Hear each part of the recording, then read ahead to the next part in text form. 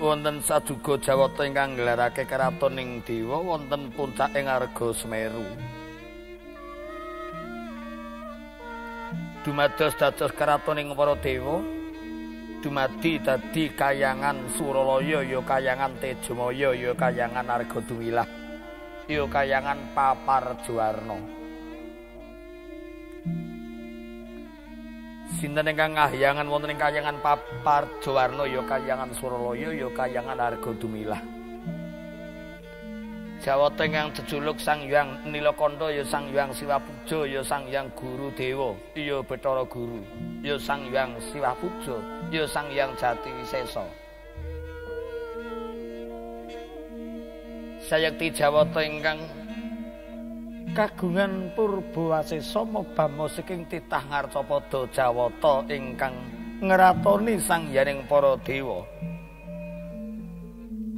Iku Sang Hyang Nilakantha. Nuju ari anggara kasih miyos silwaka lenggah wonten samadyaning Balewarja Kundamanik. Mambak-mambak mlabar samudra suri ketingal jejel api pituk dengkul tumpang rangka. Piswaning para Jawata meber wonten ing parurakan ugi piswaning para swandana ingkang samya ngagem busana pethak kempal samya seta lir pendam liwis nebaing rawa ingkang samya ngagem busana wraka kempal samya abrit lir pendah giri prawaka ingkang samya ngagem jubah cemeng kempal samya langking lir dangdang araraton. Sintenapun kenging lenggah munggih ngarsa Jawata saking suduk pangudal-udal ingkang jejuluk Sang Hyang Nuratu ya Sang Hyang Kaneka Putra. Ingkang seba wonten sisi keparing titah Ngarcapada Narendra Ndorati Prabu Sri Bathara. Duk nalika samana Sang Hyang Pramati Guru dereng keparengsa mbabar pangandika. Sepi tan kapiyarsa sabda pangandikaning Jawata ingkang kapiyarsa aming sawantening kawah Candra dumuka ingkang gemblendeng yayah kinebur. Kinarya pratandha kayangan Junggring Salaka badhe kesunduling gara-gara. Sinekek kang mureng kandha duk nalika sakmana yayah mecak spen pangandikanipun Jawata saking suduk pangudal-udal Sang Hyang Kaneka Putra kinarya pepanget. Wow. Ong wilahing ayukna mastu nama sidem. Pukulun Adiguru Raka Paduka pukulun Adiguru ingkang swan wonten ing ngarsi Adiguru.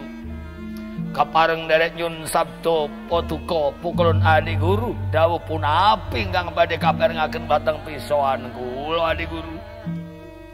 Kakang Kaneka Kulaturi pinarak lenggah ingkang sekeca kakang awul inggih ngestoaken dawuh mboten kirang sekeca tunggal punapa Adiguru.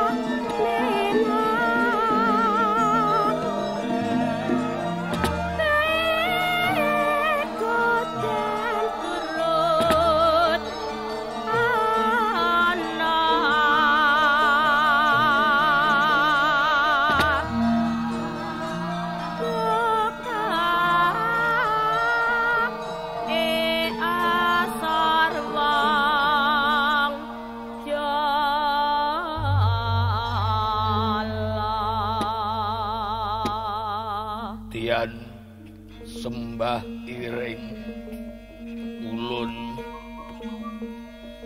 kapur-puri sang murbeng rat nika nang sing dasih mawe buka sawekung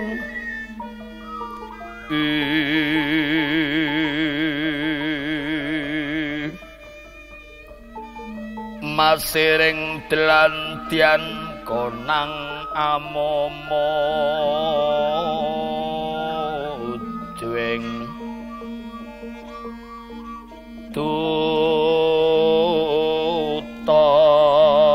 dutaning rat utama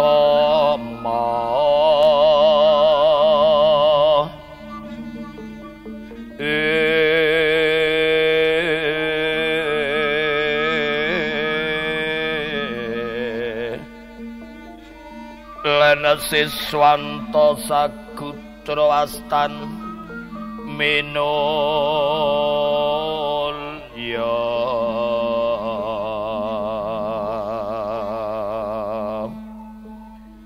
len siswanto sagutra wastan minul ya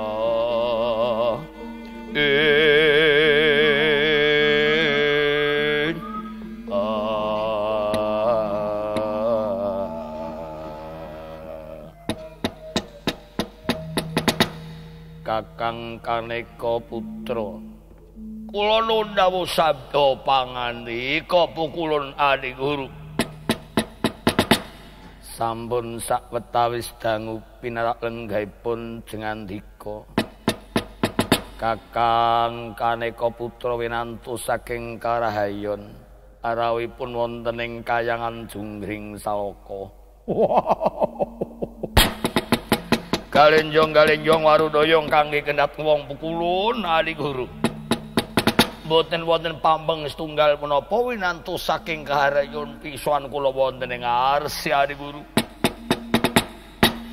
Mboten namung pas dan panakrami katur jengandika Kakang Kaneka Putra genging panuwun kula Adi Guru. Mugi-mugi muwi dhateng bawa laksana raka paduka kula pukulun Adi Guru. Mboten namung ugi kepareng sakonderipun puja-puji hastuti katur wonten ing andhaping pepada. Sangetan dadosaken karenaning tias katampi Kakang Kaneka Putra. Kawula nggih genging panuwun kula Adi Guru. Kakang Kaneka Putra, kula nuwun dawuh pangandika pukulun Adi Guru. Ari Respati legi sak mangke mboten wonten putra Jawata ingkang nglirwakaken dawuh Kakang Kaneka Putra. Oh, kaparengan solatur katur paduka pukulun Adi Guru. Katliti dening raka paduka kula mboten wonten sajuga Jawata ingkang nglirwakaken dawuh. Para putra Jawata wewer para putra Swandana Jawata Tridasa Wataknawa lengkap boten wonten ing nglirwakaken dawuh paduka pukulun Adi Guru. Sedaya samya nyadong dawuh nyadong bebendu peparing pukulun Adi Guru. Kakang Kaneka Putra andadosake sukuraning tias kula Kakang. Angga kaping kalih Kakang Kaneka Putra paran kawonten ing kayangan Junggring Salaka. Amargi katiti saking rengat sungunipun lembu andini kados njebol-njebol kori selmet tangkep. Ewas saking panggenanipun kayu kerpu Dewandaru tuwin swantenipun kawatandra dimuka gemblendeng. Kalamun katitik saking padatan wonten pratandha ingkang mekaten kala wau pratandha kayangan badhe kesunduling goro-goro. Goro-goro ingkang badhe sumundul wonten ing Junggring Salaka pakartining menapa Kakang Kaneka Putra. Kawula niki kaparengan kula atur katur paduka pukulun Adi Guru.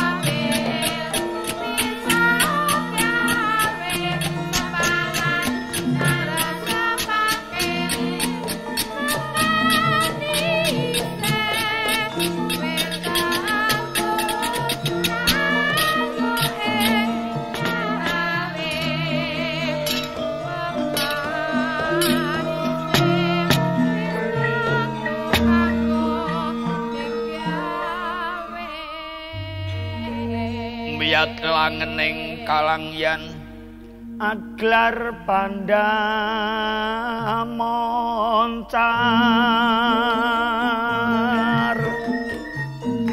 dina lir kekonang surem sorote tan padang purnameng gegono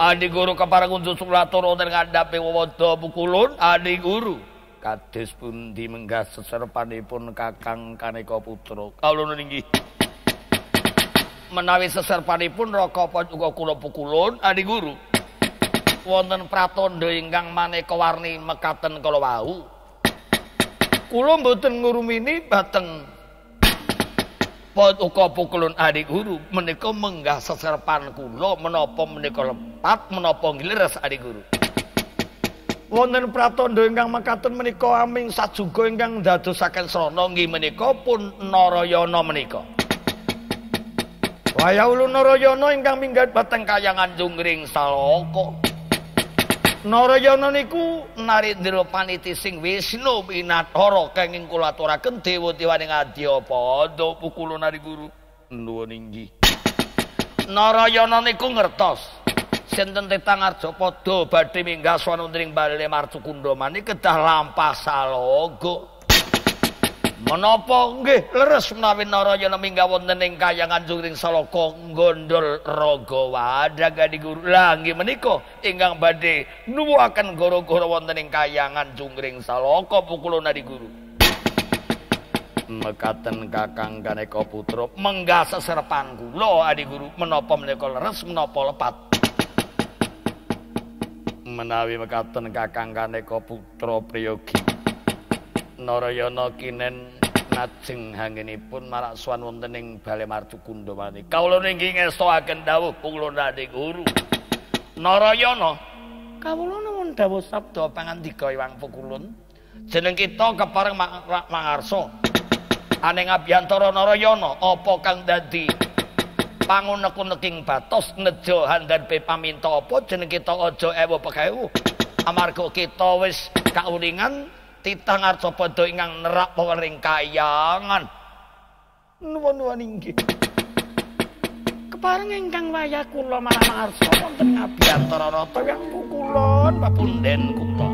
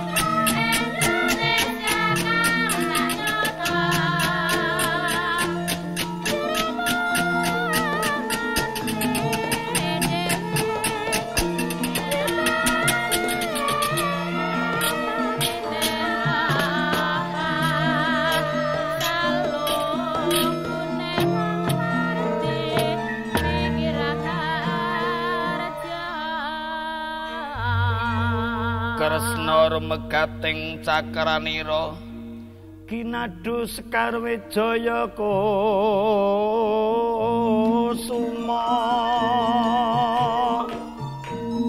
eling ana sagunung rong gunung dayaning Sang Adi Tiwi Krama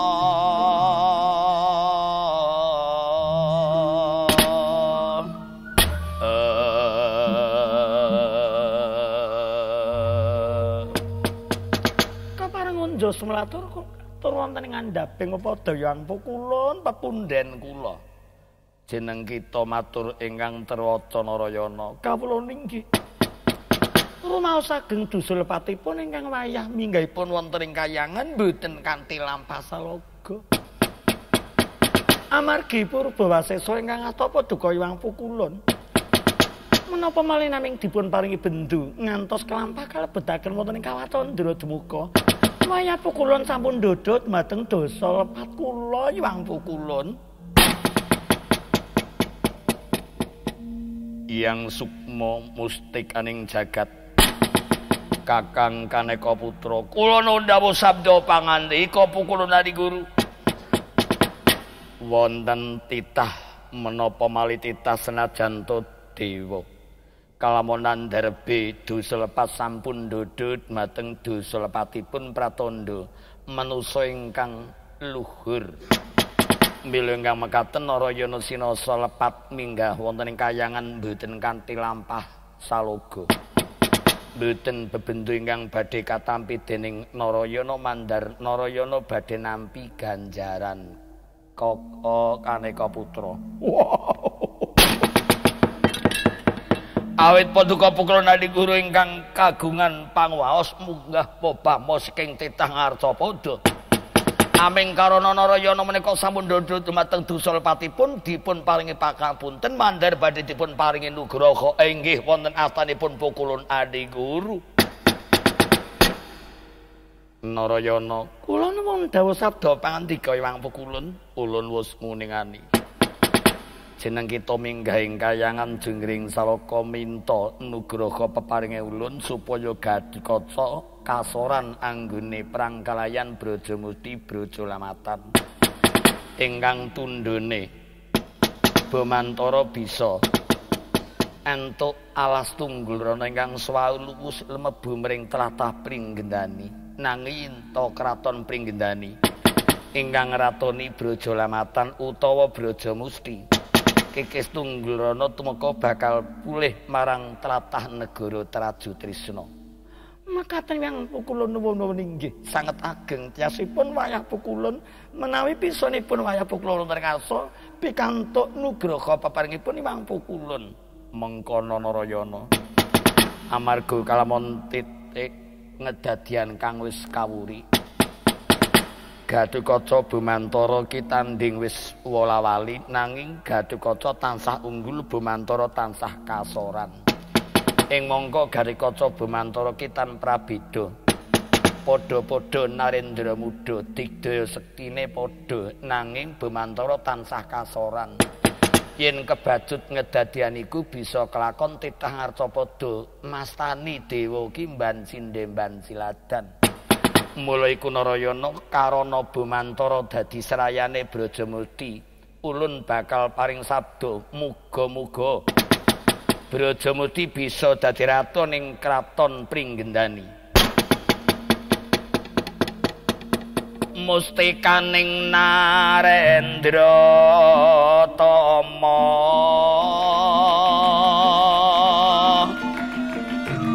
Berebuti bawa laksana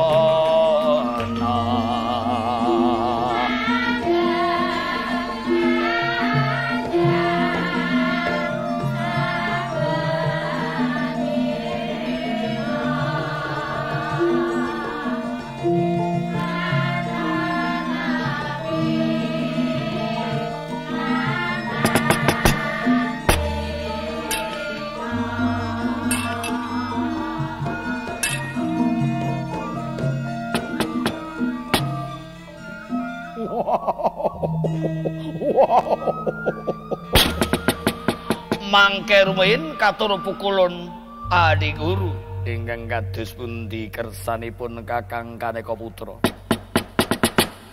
Sabda sakelimah sabda sakwanda Pukulun Adi Guru menika badhe tumunten tukul tuwin dados. Nuwun sewu menapa sabda ingkang sampun kawedhar kala wau. Kula kepareng badhe nderek nyun meterang Adi Guru. Kados pundi Kakang Kaneka Putra? Adi Guru menawi mekaten kala wau ateges Pukulun Adi Guru ugi nerak wewaring kadewatan Adi Guru.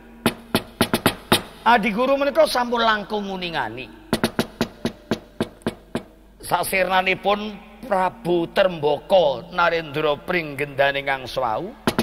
Karaton Pringgendani mboten kenging dipun ratoni dening sinten kemawon ngejawi wayah ulun Purbaya nggih pun Ganekaca. Lho menawi mekaten kala wau ateges Karaton Pringgendani badhe dipun ratoni dening atmajanipun Trembaka. Menapa ugi mboten dadosaken gara-gara minggah wonten ing kayangan pukulun Adi Guru. Inggih kepareng ingkang raka kula nderek ngaturaken seserpan kula. Estu Adi Guru menawi kelampah mekaten gara-gara mboten namung gara-gara kemawon ingkang tandha wonten ing kayangan Jungring Salaka. Saged kelampah wonten sungsang buwana balik Adi Guru. Kakang Ganeka Putra kawula dawuh sabda pangandika pukulun Adi Guru.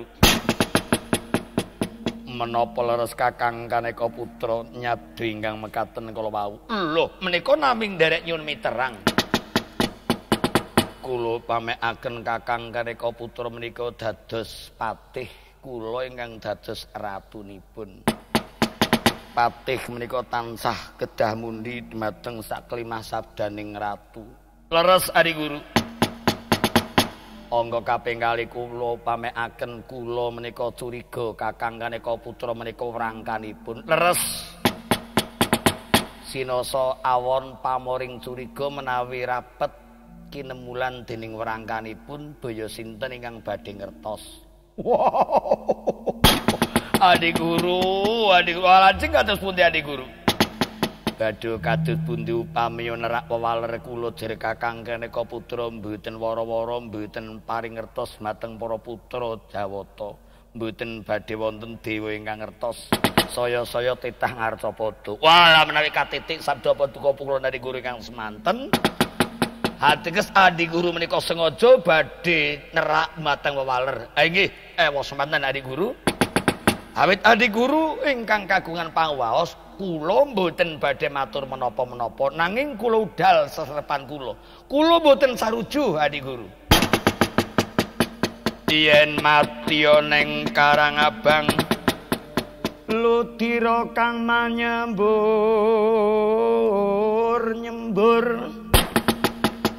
gagak rimangmu niya bangun.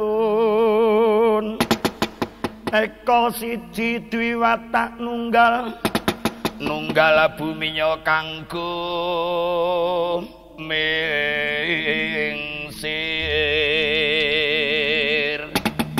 Ana peteng dudu ratri, ana padang dudu raina.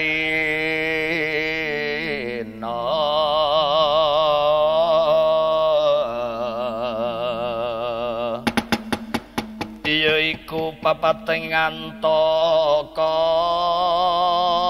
laya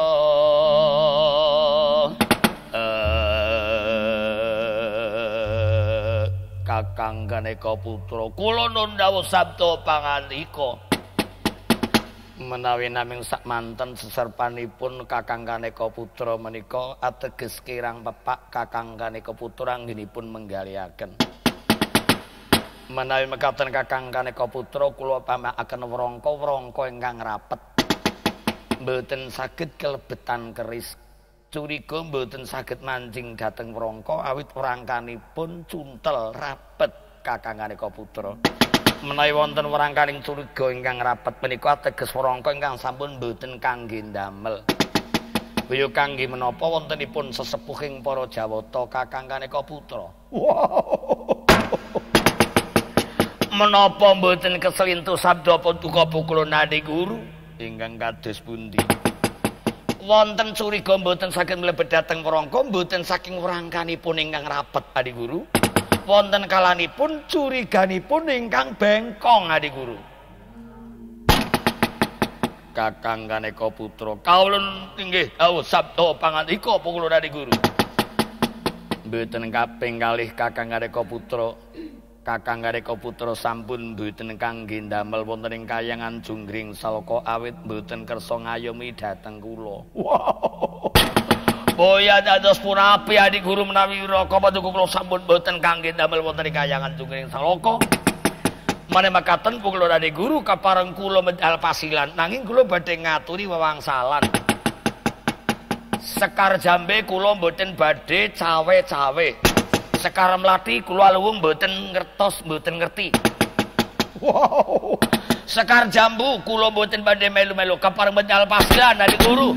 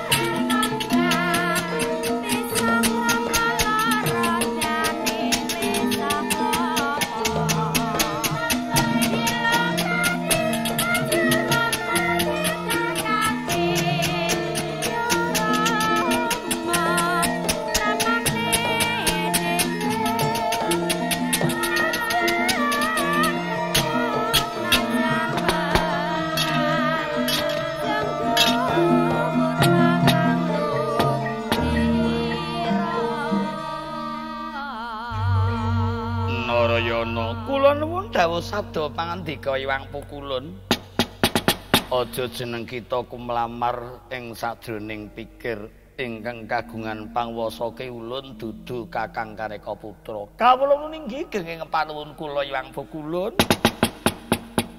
Narayana ulun bakal maringi busana busananing dewa jeneng kita sun paringi wenang busananing dewa iki enggal jeneng kita ngagem. Kalamun jeneng kita wis ngagem busana dewa iki ngangken jejuluk Dewa Surya Ndadari.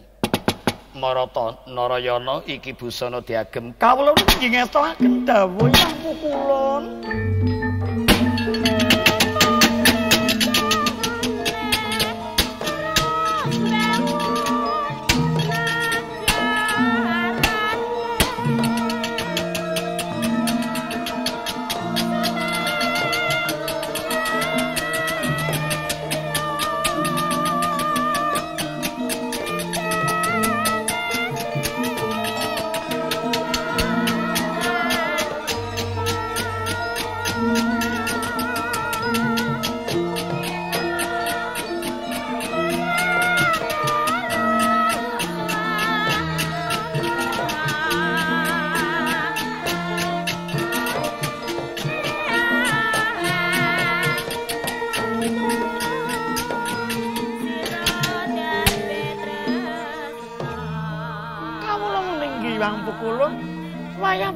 Sampun asipat jawata ngaku jejuluk Dewa Surya Ndadari mboten badhe supe kula ngangken jejuluk Dewa Surya Ndadari lampahipun wayah pukulun kados pundi enggal medhak ing Adyapada medhak dhateng Adyapada lampah kula kados pundi Hyang Pukulun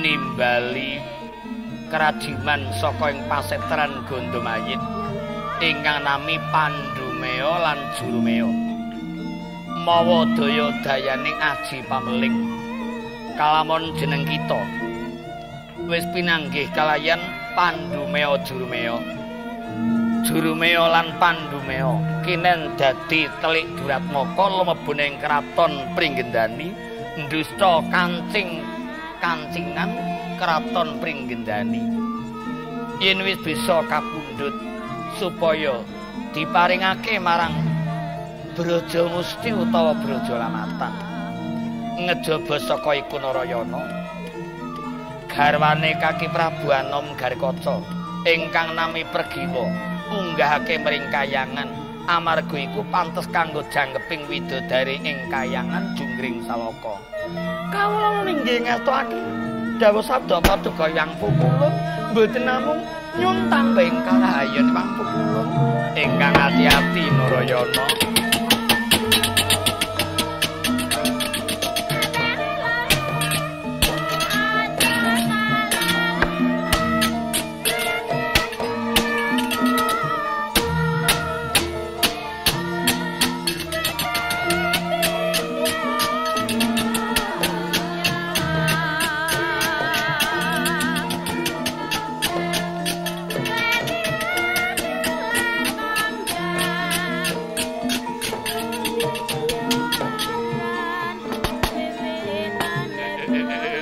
Rama Pukulun Engeng putra kula Nyawadiwati kepareng derek nyun dawuh kados pundi para kadang Jawata ingkang sampun seba ing pagelaran Bali Marcukunda manik. Nyawadiwati kula nuwun dawuh sabda pangandika Rama Pukulun. Jeneng kita mbubarake kabeh para kadang Jawata lan Dewa Tridasa Wataknawa ulun marengake padha bubar saka ing Bale Marcukunda manik. Ulun arsa ngahyangan. Kawulun inggih sandika ngestuaken dawuh Rama Pukulun.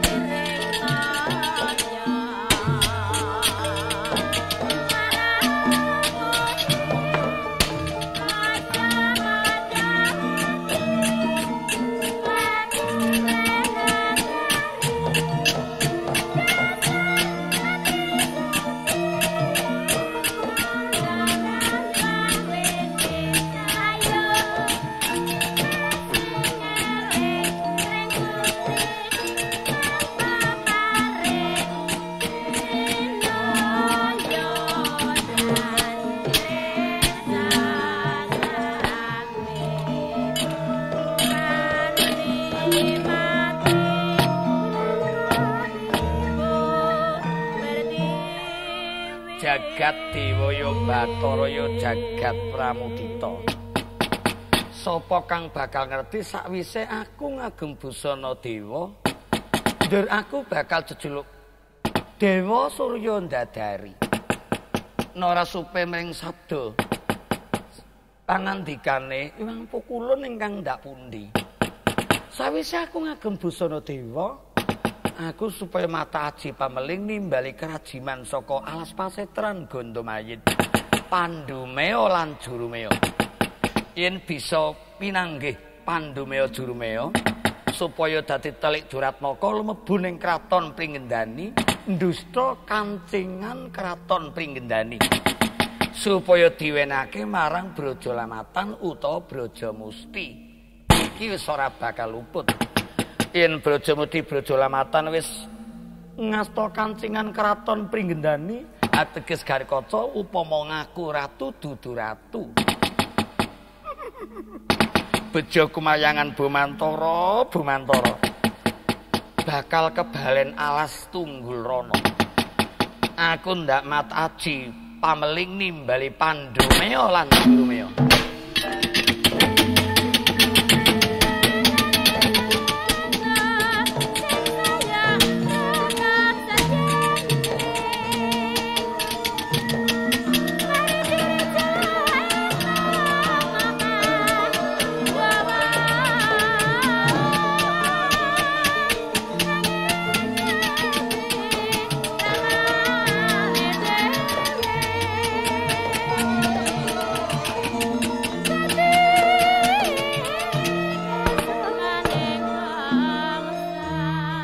Kacarita nata ndurati Prabu Sri Bathara ingkang sampun hasipat Jawata. Jejuluk Dewa Surya Ndadari. Nalika samana Dewa Surya Ndadari kanthi lampah sidhakep saluku juga mapeti baban Wiwaranawa. Masesa Pancandriya tatur kang binengkasa juga kang sinidikara. Kepareng agem aji pameling nimbali kerajiman saking wana pasetran Gandamayin Pandumeo kalayan Jurumeo. Nalika samono kocap kacarita Pusara Dwarawati Kyai Cakra minggat saking panggenan Surya Ndadari mboten ngertosi menapa darunanipun Cakra minggat saking Nata Ndrawati ingkang asipat Jawata awit layak manusa kalamun lagi andharpe panggayuh angkara hawanipun bentar. Kyai Cakra mboten kiyat ndherekaken Dewa Surya Ndadari minggat mboten kauningan jumlorot mijil saking panggenan.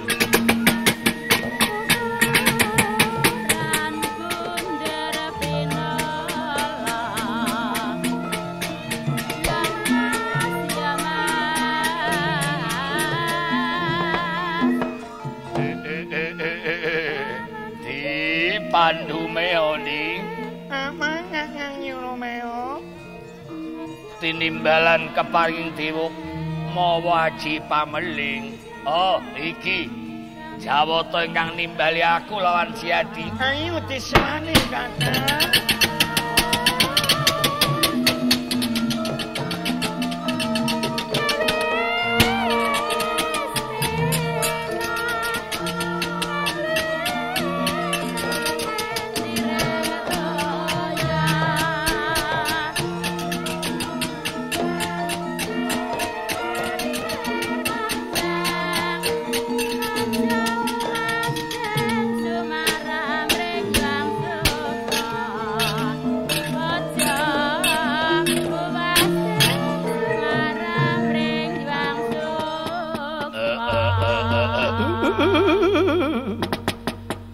Eyang Dewa menapa eyang ingkang nimbali kula Eyang Pukulun?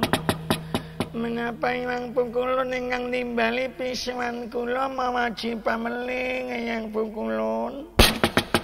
Yang sukma mustikaning jagat iki kapiyarsana swara ning ora bisa kadulu rupane.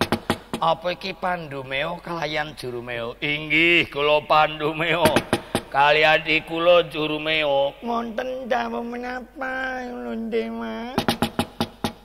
Ngertekake.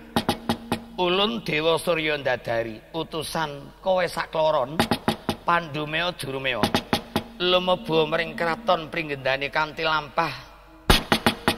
Dadi telik Duratmaka ndusta kancingan kraton Pringgendani. Yen kancingan kraton Pringgendani bisa kajugut wenake marang Brajalamatan utawa Brajamusti ingkang lagya aneng pakuwon Sunya Pringga. Ulun ki dewa ingkang lagya tinanggenah kinasih dening Wang Pukulun Pramati Guru. Mula kowe sakloron aja nglirwakake marang apa sing dadi kersaku. Di Pandumeo di anak mangak nyurumeo ngakang. Oh cilaka di. Iya cilaka banget kan. Ya wis enggal-enggal awit iki sabdane Wang Pukulun ora kena dilirwakake. Mengko yen nganti nglirwakake yekti aku lan Siadi dicemplungna mring kawah Tandra Timuka. Pikir-pikir kakang. Sababe dadi maling mlebu mring kraton Pringgendani. Konangan penjagan arep kepriwe kakang? Aja wedi aja cirih di. Aku ki karo Siadi ra setan, ora ana manusa kang bisa weruh setan. Ah, cire sapa? Angger Raden Wisanggeni karo Antasena malah aku sing ora weruh karo manusa. Wisanggeni Antasena malah bisa nyawang aku, weruh nyang aku, Kakang. Wis aja padha pedudon enggal mangkato. Yen ora mangkat pikantuk bendu ana setan temekeng pati mau sepuro. Iki dewa kang lagi kinasih dening Rama Pukulun Permadi Guru. Ayo Kang, ayo dimangkat wis.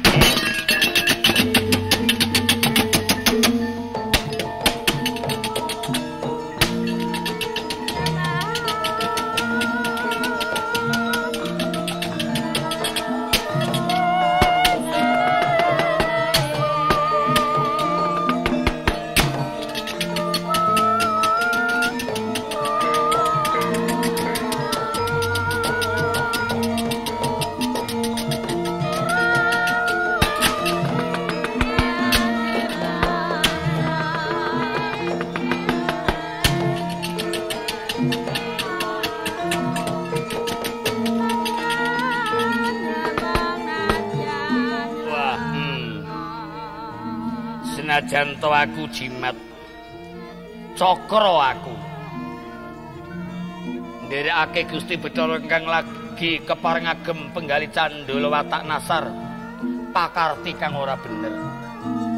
Lho neja ngombrongi putra ning senajan to putra ning putra kang ora bener kok diombrongi.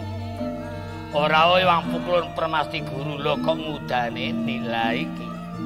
Gusti Bathara lagi tumindak salah aku tak golek bebener. Luwih becik aku tak ngupadi putra Madukara Raden Wisageni iki nang endi?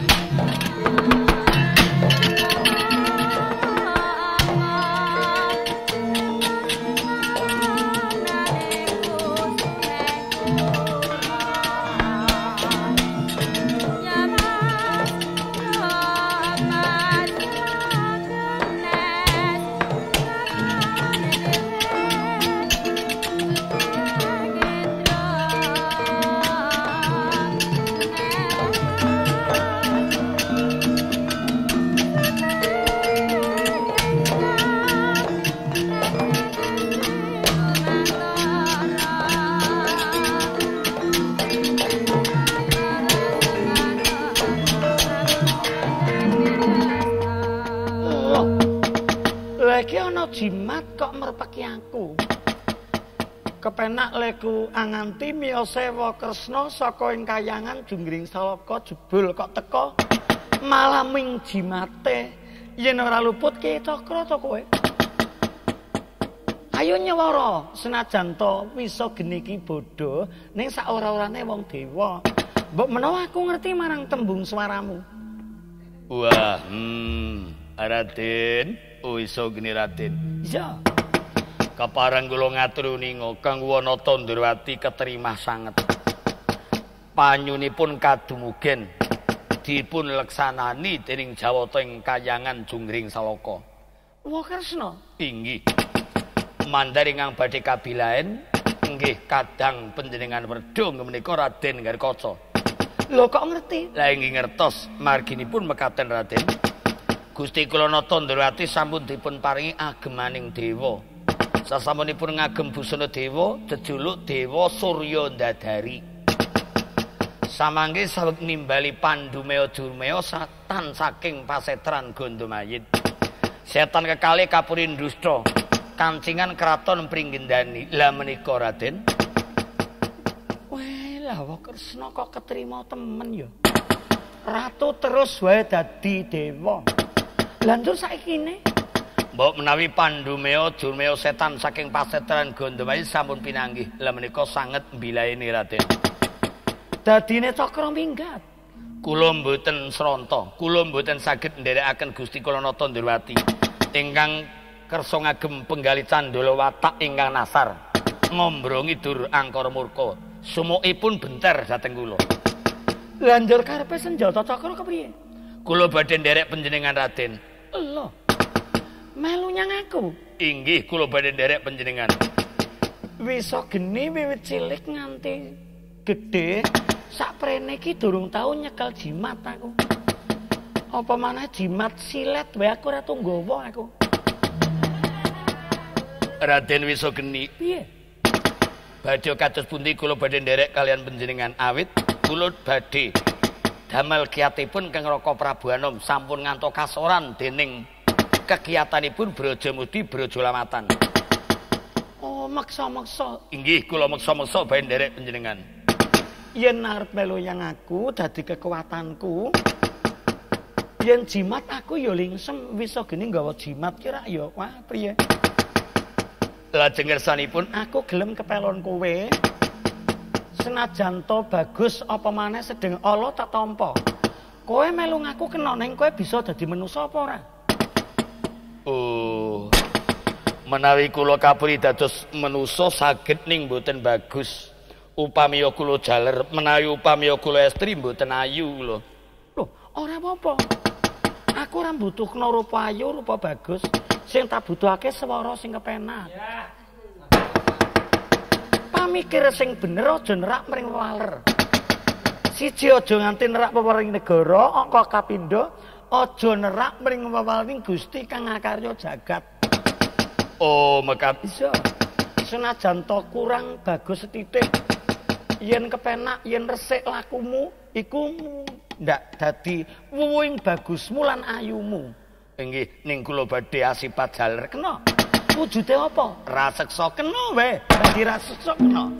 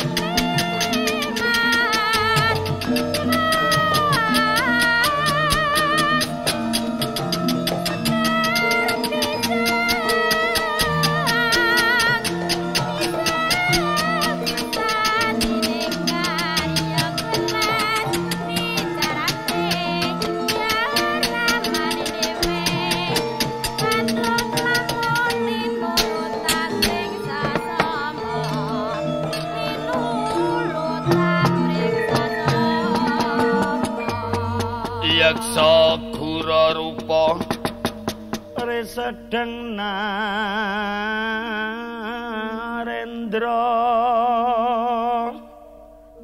yaksa lalakuning kang malweng kang gambira mangarah angise siung matu Prabowo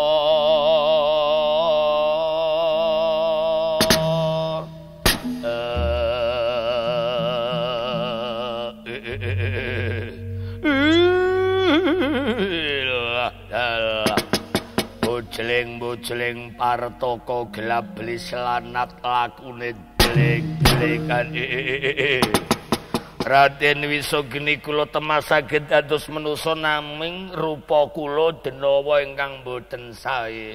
Ora apa-apa. Aku mah wis kandha. Ora mbutuhna rupa bagus lan rupa ayu. Sing tak butuhna ki pikirane. Inggih lajeng kados pundi? Saiki kowe arep manut ngaku apa ora? Inggih amargi kula badhe nderekaken panjenengan, kula dados pendherek kedah manut kaliyan ingkang kula nderekaken. Bagus. Monggo kula badhe dipun paringi pendamelan menapa? Kula badhe dipun utus kapuri bendung segara Santika, nggugrug gunung Santika, mbledhag bumi sanggup kula. Mengkantun paring dawuh nanging kula nyuwun didamelaken jeneng Raden. Oh, njaluk dijenengi. Apa jenenge ora biasa wae? Digya Cakra? Ah, boten. Mangke menawi kula dipun paringi jeneng Digya Cakra, kathah ingkang ngertosi kula ngedadosaning cakra. Lah jenenganmu sapa? Inggih monggo badhe dipun paringi asma sinten asal kula nyuwun ingkang wonten radenipun. Oh. Oh, iya. Yen ngono kowe tak jenengi Buta Raden kowe. Lho, Buta Raden. kula dipun paringi jeneng Buta Raden. Iya. Oh inggih kula manut kemawon. Menawi dipun takeni jenenganmu sapa Buta Raden? Raden sapa? Raden Buta. Diwolak-walik mawon. Wah. Buta Raden ya Raden Buta. Inggih. Nanging menawi kula dipun takeni